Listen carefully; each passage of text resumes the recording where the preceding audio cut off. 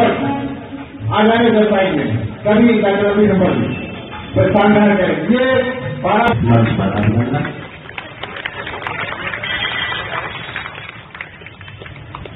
मैं मंत्री जी को बड़ी माला से स्वागत करें।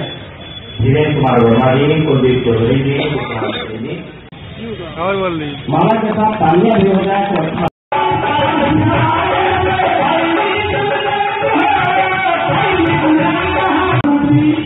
माननीय नरेंद्र मोदी जी जो स्वच्छता का यानी अभियान चलाया है और इसीलिए चलाया है।